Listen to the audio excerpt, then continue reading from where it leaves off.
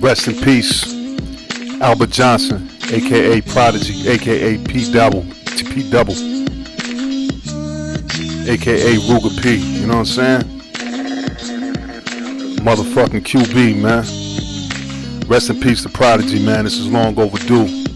I definitely got to get his brother props and shout outs for his contribution to hip hop, man. For his contribution to hip hop, for his lyrical content. You know what I'm saying?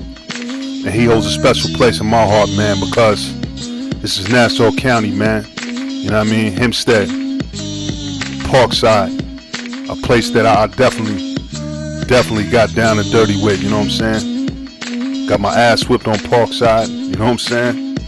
Got scuffles in Parkside, you know what I mean? Smoke weed, drink, just kicked it and bicked it on Parkside, you know what I'm saying? Especially around where he was at, the shacks, you know what I mean? Shout out to the drive over there, the South Franklin ballers, you know what I'm saying? All the niggas in the 90s era know what I'm talking about, man. The desert, you know what I'm saying? Grove Street gangsters, you know what I'm saying? That whole little area, man. But this one right here goes out to Prodigy, man. You know what I'm saying? Rest in peace, man, for real. Boom. We gonna kick in the door, man, with the second debut album, The Infamous. Though P Double, man, Prodigy was part of the duo, The Infamous Mobb Deep, you know what I'm saying? Prodigy's lyrical expertise and skills of rhymes, man, catapulted him to one of the top 5 MCs, the dopest in the game, you know what I'm saying? And we're gonna take it back, man, because around that time when Prodigy came out and shined his lyrical expertise and his subject matter of what he was rapping about, strictly gunplay, pulling jukes, robbing, ice picking, that whole street gutter, grimy, Timberland, Carhartt, hoodied up music, man. You know what I mean? For niggas out there on the block, man, you know, in New York City, man, all the way to Long Island, man, you know, for niggas that was moving 5 ounces of weed to a pound, you know what I'm saying? For niggas that was, you know, out there moving 7 grams of work, flipping it to 14, and still just stuck there, you know what I'm saying? But just going to the liquor store, getting Henny, man, getting right. You know what I'm saying? That's the niggas that P was spitting for, you know what I mean? And that's the element that P brought back to the game, you know what I'm saying? And we're gonna take it back, man. We're gonna take it to that era right there. Because around 94, 95, man, East Coast hip hop was really at a standstill, man. You know what I mean? The West Coast was dominating shit, man. West Coast was dominating hip hop, you know what I'm saying? Especially on that street gutter shit. You know what I'm saying? And on the East, man, you know, you had a few dudes, man. You had, you know, the Wu-Tang Clan coming out. They definitely had a good reign. They definitely had a good subject matter, man. You know what I'm saying? You had a few other acts, man. You had Onyx around that time, you know what I'm saying? But the sound of New York wasn't really crafted, and it wasn't really perfected, man, and it wasn't to the point that a lot of people outside of NY weren't really believing that NY gave it up or NYC was getting down like that, you know what I'm saying? Because it just seemed like to the rest of the country, before the debut album of The Infamous, man, it seemed like niggas was just sniffing coke, you know what I'm saying? Wilding and shit, like sniffing crazy glue, you know what I'm saying? Everything was like a little Busta Rhymes energy, you know what I'm saying? Not taking nothing away from that nigga, man, but you know, that whole subject matter, that flow was just, everything was like just rah-rah flow, you know what I'm saying? Niggas just screaming and shit, you know what I'm saying? Trying to get your attention, you know what I mean? And I mean, you know, it wasn't really going nowhere outside of New York, man. You know what I'm saying? It was kind of just staying right there. But with the debut album, man, the debut album of the infamous Mobb Deep, man. And Prodigy came on. And Prodigy brought the lyrical game back to the forefront, and with clarity in the subject matter of what he was speaking about, of the harms that he could do to you, the physical pain that he can cause you, the physical pain that bullets can cause you. You know what I'm saying? That the physical pain, the emotional pain, and the spiritual pains that you just see all around you, man. You know what I'm saying? He opened your eyes up to that ethnic, man. You know what I'm saying? And he clearly spoke. He clearly spoke to the African American population in New York City, man. And that's why he was loved and celebrated, man, because I gotta touch on this subject to correlate to the God P right here, man. Well, a lot of people don't understand, man. You know, outside of New York City, man, inside New York City, man, the 5 boroughs, including Long Island, when it comes to, you know, the original people of planet Earth, black people, man, we are heavily populated by Jamaicans, Haitians, West Indians, and various other motherfuckers from the islands, you know what I'm saying? So when we go to house parties and shit, very rarely is hip-hop being played, you know what I'm saying? It's a lot of reggae, you know what I mean? I ain't knocking that culture, you know what I'm saying? But as an African-American, you know what I mean? My family stemming from the South of the United States and shit, you know what I'm saying? I really can't relate to that reggae shit, you know what I'm saying? To that rude boy gun talk, you know what I'm saying? And in my honest opinion, I think around that time before the infamous debut album, you know what I'm saying? I think a lot of people in New York City was just rocking off with that screaming rah-rah rap shit, you know what I'm saying? Because it was just something to do, you know what I'm saying? But it was a lot of Jamaican influence, a lot of other, you know, cultural islands influence into that music, man. And a lot of African Americans couldn't relate, not only in New York City, but outside of New York City, you know what I'm saying?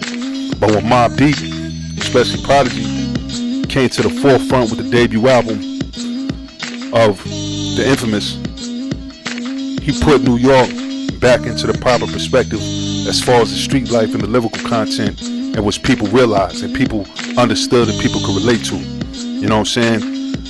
I can't take nothing from the nigga P, man. P was a fucking trendsetter.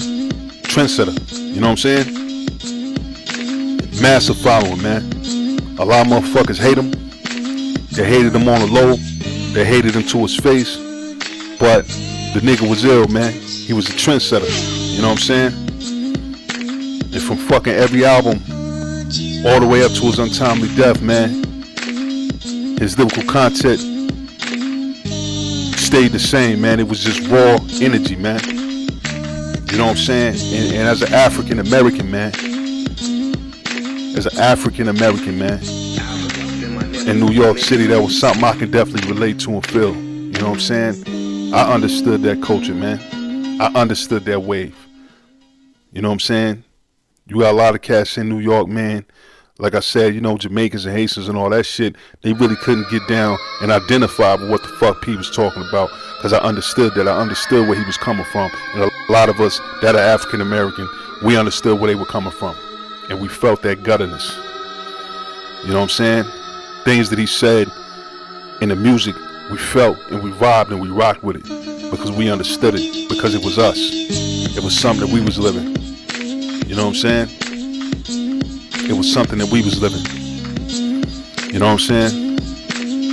And not only was he a trendsetter, man, and he had a lot of haters, man. At the same time, you know, P was up there in that top 5, like I said, man. You know what I mean? When P got on the track with niggas, man, with certain MCs, especially when lyrics was everything in the era of the 90s, people were scared and shook to death, man.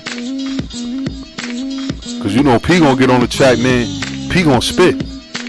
So your pen game or your freestyle game better be right. Cause you don't want this nigga to outshine you on your track. He was a threat. You know what I'm saying? And P influenced a lot of rappers, man. You know what I'm saying? Nas professed to hold that title, but I mean, shit, man. Quiet as kept, man. Prodigy. You know what I'm saying? Prodigy influenced a lot of motherfuckers, man. There was a lot of Prodigy dick riders, man, that was around this time when he was on this earth breathing. Niggas that hated him on low. You know what I'm saying?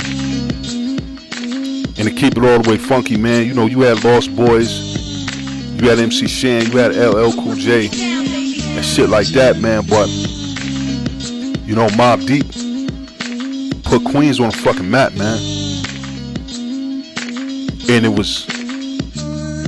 was mainly coming from Prodigy, man. Prodigy put Queens on the fucking map. You know what I'm saying? To the point, let me tell you something, man. You can't talk about Queens and the name Prodigy doesn't come up in inside any type of subject matter about Queens, man. You know what I'm saying? Because Prodigy rap, and he brought that to the forefront, man. You know what I'm saying? And Prodigy's lyrics was so influential and so real. I remember, man. I remember coming up, man. In fact, when he dropped the Quiet Storm, you know what I'm saying? Niggas around the way, and Uniondale, Hempstead, you know, Roosevelt, Freeport and shit, they was using the Quiet Storm as fucking drive-by and fucking getting down to dirty music. You know what I'm saying? I remember being on the block, niggas would ride through on a late night bumping Quiet Storm, car lights off, windows down. You might see something sticking out that motherfucker, cause the car stopped. The shit speed up with the song blasting. Flashes coming out the window, man. You know what I'm saying? Prodigy was that nigga, man. You know what I'm saying? Prodigy was that dude, man. People know that. You know what I'm saying? Now, you know, as far as what he did with his book, that's open to interpretation. You know what I mean? He wanted to write about his life, but at the same time, he didn't have to, you know, expose a lot of certain things, because I mean, certain things just don't need to be mentioned, don't need to be said. You know what I'm saying? But he did what he did. You know what I'm saying? And it left a bad taste in individuals' mouths, man. You know what I mean? And for that reason, his mural can't be displayed in Queensbridge, and that's understandable. You know what I'm saying? Because that book hurt a lot of people. But you know, him as an individual, man, his greatness and what he brought to the game, you could never take that from him, man. You know what I'm saying? You could never take that from him, man. Prodigy had a vibe, man, a feeling, man. When any of his music came on, whether you was in a club, car, crib, wherever you was at, man, you knew it was about to get real. You knew it was about to get real, man. You knew it was about to get real. You know what I'm saying? Bandana P, man. You know what I'm saying? He's the same brother, man, that could rap about how he knew by the way you walk if you had something on your waist or not. You know what I'm saying? That's how deep in the streets this brother went to correlate his subject matter rhyming to a core audience. You know what I'm saying? And people feel that, man. And people relate that. You know what I'm saying? And I definitely related to that, man. This is my dedication to Prodigy, man, and his contribution to hip hop, man. You know, Nas says, man, you know, he was one of the most influential rappers, but at the same time, man, Prodigy was too, man. Prodigy wasn't no lightweight MC, man. He was a heavyweight dude, man. And people know that. You know what I'm saying? And I ain't never gonna desecrate this dude's name. I ain't never gonna dishonor this guy's name, because as a lover of hip hop, of what he brought to hip hop, you know what I'm saying, was just incredible. And a lot of people want to say that Biggie brought the East Coast back. I mean, Biggie brought the East Coast back on a national platform to have niggas partying and shit. But let's keep it real, man. You can't leave out QB. You can't leave out The Bridge. You can't leave out Mobb Deep. You can't leave out Prodigy. Cause I'm willing to bet you, and I don't condone violence, but shit, nigga, when I was out there in California, man, niggas was definitely bopping the Infamous. You know what I'm saying? And I'm willing to bet you The niggas probably did drive-bys off the infamous music, man. I give you that. You know what I'm saying? Prodigy definitely brought the East Coast streets back. He definitely brought that element back. And they were the first ones to make niggas rap their projects, man. You know what I'm saying? The first ones. And that was the element that he brought to the game. Like I said, a trendsetter, man. But rest in peace to Prodigy, man. I go by the name No Face the Rambler. And I'm out.